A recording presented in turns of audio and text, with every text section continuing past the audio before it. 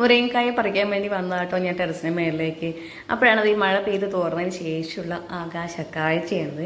നല്ല ഭംഗിയുണ്ട് കാണാനായിട്ട്, നല്ല ഭംഗിയുണ്ട്. അതുകൊണ്ട് ഞാനത് വീഡിയോ ആയിട്ട് എടുത്തു എന്ന് മാത്രം.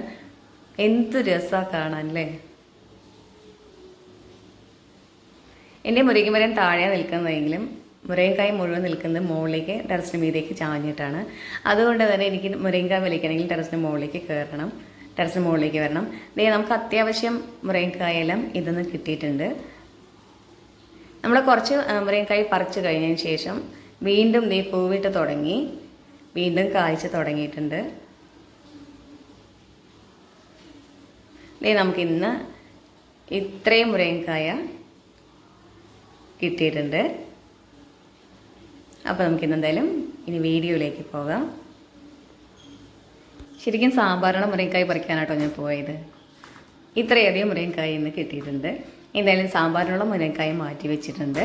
അതിനുശേഷം കിട്ടിയിട്ടുള്ള മുരിങ്ങക്കായാണിത്. അപ്പോൾ നമുക്ക് ഇന്ന് ഇത്രയും മുരിങ്ങക്കായ കൊണ്ട് നമുക്കിന്ന് മുരിങ്ങക്കായ കൊണ്ടുള്ള തോരൻ ഉണ്ടാക്കാം. പുറത്ത് നല്ല മഴയുണ്ട് കേട്ടോ, വീണ്ടും മഴ പെയ്ത് തുടങ്ങിയിട്ടുണ്ട്. അപ്പോൾ നമുക്ക് മുരിങ്ങക്കായ തോരൻ ഉണ്ടാക്കാനായിട്ട് മുരിങ്ങക്കായ എടുത്ത് ഇതുപോലെ നെടുകയൊന്ന് കീറുന്നുണ്ട്. സ്പൂണ് കൊണ്ട് പിന്നെ ഇതുപോലെ ഒന്ന് ചുരണ്ടി എടുക്കാം. നമ്മൾ ചുരണ്ടി എടുത്ത് കഴിയുമ്പോൾ തോല് മാത്രമായിട്ട് ബാക്കിയായിട്ട് കിട്ടും. വളരെ ഈസി ആയിട്ട് നമുക്കിത് അതിൻ്റെ കാമ്പെല്ലാം ചുരണ്ടി എടുക്കാൻ കഴിയുന്നുണ്ട്.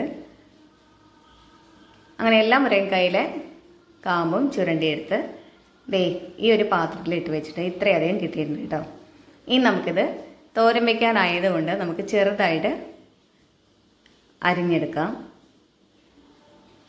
അരിഞ്ഞെടുക്കാതെ ചെയ്താലും കുഴപ്പമൊന്നുമില്ല, അത് നിങ്ങളുടെ ഇഷ്ടത്തിനനുസരിച്ച് ചെയ്യാം. നമ്മളെല്ലാം അരിഞ്ഞെടുത്ത് വെച്ചിട്ടുണ്ട്. ഇനി നമുക്കിതൊരു പാത്രത്തിലേക്ക് മാറ്റാം.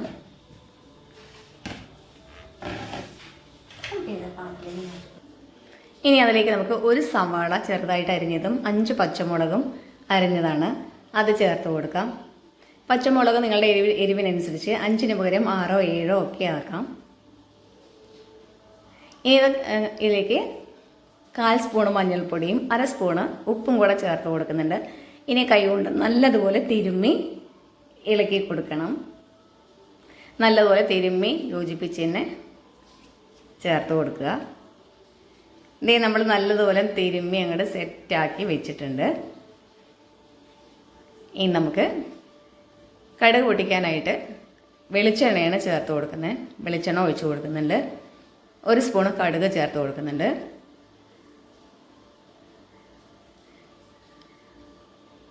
കറിവേപ്പിലയും ചേർത്ത് കൊടുക്കാം. വറ്റൽമുളകും ചേർത്ത് കൊടുത്ത് നല്ലതുപോലെ ഇളക്കി കൊടുക്കാം. ഇനി അരിഞ്ഞ് വെച്ചുള്ള മുരിങ്ങക്കായ കൂടെ ചേർത്ത് നല്ലതുപോലെ ഇളക്കി കൊടുക്കാം.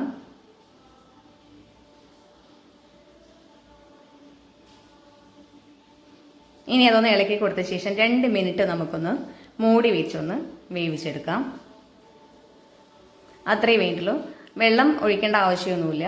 അഥവാ നിങ്ങൾക്ക് വെള്ളം ചേർക്കണം എന്നുണ്ടെങ്കിൽ ഒന്ന് ചെറുതായിട്ടൊന്ന് തെളിച്ച് കൊടുത്താൽ മതി. നമ്മൾ 2 മിനിറ്റ് കഴിഞ്ഞിട്ടുണ്ട്. ഇനി ഒന്ന് ഇളക്കി കൊടുത്ത ശേഷം നമുക്ക് തേങ്ങ ചേർത്ത് കൊടുക്കാം. മൂത്ത മുരിങ്ങക്കായ ആയാലും നമുക്ക് മുരിങ്ങക്കായനെ ഇതുപോലെ കാമ്പെല്ലാം ചുരണ്ടിയെടുത്ത് നമുക്ക് ഇതുപോലെ തോരൻ വയ്ക്കാം. മുരിങ്ങക്കായ മൂത്തുപോയി എന്ന് പറഞ്ഞാൽ കളയേണ്ട ആവശ്യമില്ല. അതിൽ തൊലി കളഞ്ഞ് നമ്മൾ കാമ്പ് മാത്രം എടുക്കുന്നതുകൊണ്ട് തോരൻ വയ്ക്കാം. അപ്പോൾ നമ്മളതേ തേങ്ങ ചേർത്ത് കൊടുത്തിട്ടുണ്ട്. 1 മുറി തേങ്ങയാണ് കേട്ടോ ഞാൻ ചേർത്തിട്ടുള്ളത്.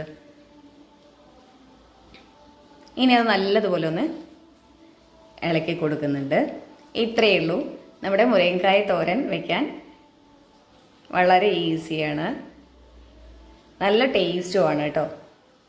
പുറത്ത് മഴ കുറഞ്ഞു വന്നിട്ടേ ഉള്ളൂ, അതുകൊണ്ട് തന്നെ അതിൻ്റെ ആ ഒരു സൗണ്ട് കേൾക്കുന്നുണ്ട്. അപ്പോൾ നമ്മുടെ മുരിങ്ങക്കായ തോരൻ റെഡി ആയിട്ടുണ്ട്. അപ്പോൾ നമ്മുടെ ചാനൽ ആദ്യമായിട്ട് കാണുന്ന കൂട്ടുകാരുണ്ടെങ്കിൽ ഒന്ന് സബ്സ്ക്രൈബ് ചെയ്യാൻ കൂടെ മറക്കരുത്. എല്ലാ കൂട്ടുകാരും ഒന്ന് ലൈക്ക് ചെയ്ത് കമൻറ്റ് ചെയ്ത് ഷെയർ ചെയ്യുക. അപ്പോൾ ഈ മുരിങ്ങക്കായ തോരൻ നമുക്ക് ടേസ്റ്റി ആയിട്ടുള്ള മുരിങ്ങക്കായ തോരൻ റെഡി ആയിട്ടുണ്ട്. ഇനി അടുത്തൊരു വീഡിയോ ആയിട്ട് വരുന്നവരെ എല്ലാ കൂട്ടുകാരോടും സ്നേഹത്തോടെ ബൈ ബൈ.